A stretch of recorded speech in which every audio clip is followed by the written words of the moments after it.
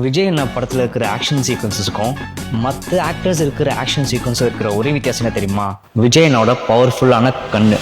நம்ம இந்த வாட்டி உங்கள் விஜய் சீரீஸில் பார்க்க போகிறது விஜயனோட எமோஷனல் ஆக்ஷன் சீக்வன்சஸ். கத்தி படத்தில் அந்த இன்டர்வல் பிளாக் இருக்குல்ல, அப்போ அந்த ஓல்ட் ஏஜ் ஹோமில் இருக்கிற தாத்தாவெல்லாம் வில்லன்ஸ் வந்து அடிச்சிருவாங்க. வில்லன் வந்து விஜயனோட மேலே கை வைப்பாங்க. அப்போ அவர் டேர்ன் பண்ணி ஒரு லுக் கொடுப்பாரு. அந்த லுக்கில் அவரோட கண்ணில் ஒரு கோவம் இருக்கும். அதே நேரத்தில் இந்த வயசானவங்களுக்கு அடிச்சிட்டிங்கடான்னு சொல்லி ஒரு எமோஷன் இருக்கும். அப்போ என்ன வேணா விஜயனா வந்து அந்த தாத்தாவெல்லாம் உள்ளே போக சொல்றதுக்கு ஒரு ஆக்ஷன் பண்ணுவார். அந்த பர்டிகுலர் சீனில் விஜயனோட body language, camera movement plus Anirudh BGM செம்மையாக இருக்கும். மாஸ்டர் படத்தில் அவருக்கு அந்த அழுகையே வராது. அந்த குழந்தைங்க கொடுத்த லெட்டரை கிழிச்சிட்டாலும் சொல்லி ஒரு கோவம் மட்டும் இருக்காது, அந்த கோவத்தில் ஒரு எமோஷனும் சேர்ந்து இருக்கும். அந்த ஃபைட்டர்ஸ்லாம் வந்து அந்த லெட்டரை கிழிச்சிருவாங்க. லெட்டரை கிழிச்சோடனே ஒரு லுக் விடுவார்.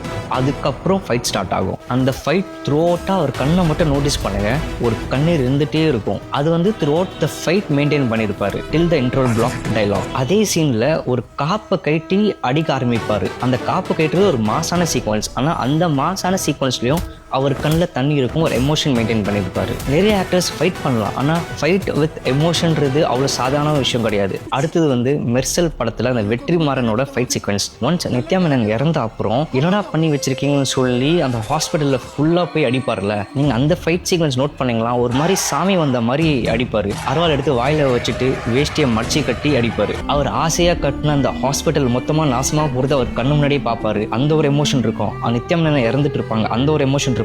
இது எல்லாமே ஃபைட்ல கேரி பண்ணி சண்டை பண்றது என் பாயிண்ட் ஆஃப் வியூல இவரால் மட்டும் தான் முடியும் நான் நம்புறேன். இந்த ஃபைட் சீக்வன்ஸ்ல கடைசி ஷாட் பாத்தீங்கன்னா எங்கள் கைகள் ஓங்கும் சொல்லிட்டு தரல விழுந்துருவாரு.